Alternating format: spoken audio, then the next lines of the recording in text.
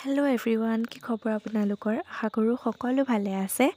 আজি বনাওঁ ব'লক এটা বহুত বেছি কিউট পেণ্টো কেক।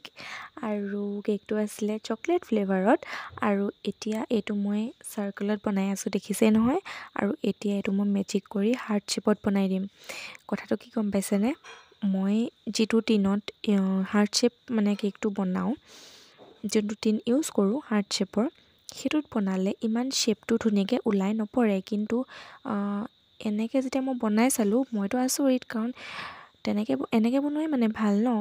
অকণমান কামটো জটিল হয়, কিন্তু শ্বেপটো বহুত ধুনীয়াকৈ ওলাই পৰে। মানে বেকাৰ্ছবোৰক প্ৰায়ে দেখোঁ যে তেওঁলোকে এনেকৈ চাৰ্কলকৈ বনাই, তাৰপিছতে এনেকৈ কাটি পেলাই হাৰ্ট শ্বেপ দিয়ে। বস্তুটো অলপ মেচি হৈ যায়, কিন্তু শ্বেপটো ইমান ধুনীয়াকৈ ওলাই পৰে ন। সেইটো কাৰণে মানে মই ভাবিলোঁ যে আজি ময়ো নিজকে টেষ্ট কৰি চাওঁ। আৰু মই এইটো টেষ্টত পাছ হ'লোঁ দেই। প্ৰথমতে হাঁহি উঠিছিলে বহুত বেছি, কাৰণ হাৰ্ট শ্বেপটো প্ৰথম ওলোৱাই নাছিলে, কিবাই হৈছিলেগৈ গৈ পেলাই।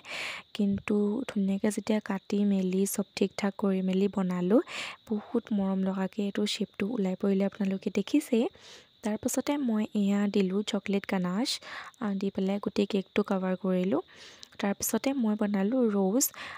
আপোনালোকে ৰ'জ বনাওঁতে এটা কথা সদায় মন কৰিব, যাতে আপোনালোকৰ ক্ৰীমটো টাইটকৈ ব্লেণ্ড হৈ থাকে। এয়া মই এখন উলিয়াই দিছোঁ, দেখিছেনে? কিন্তু নাই পৰা, কাৰণ মই ক্ৰীমখিনি বহুত টানকৈ ব্লেণ্ড কৰি লৈছিলোঁ। আৰু তেতিয়া ৰ'জকেইটা দেখিবলৈ ধুনীয়াও লাগে, মানে শ্বেপটো ধুনীয়াকৈ ওলাই পৰে।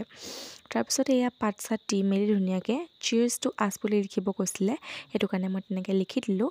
আৰু এইটো কেকৰ লগতে ঘৰত খাবৰ কাৰণেও এটা কেক বনাইছিলোঁ, সেইটো আপোনালোকক মই নেদেখাওঁ, কাৰণ যেনেকৈ তেনেকৈ বনাই থৈ দিলোঁ। আৰু বাকী কেনেকুৱা লাগিলে ভিডিঅ'টো জনাব।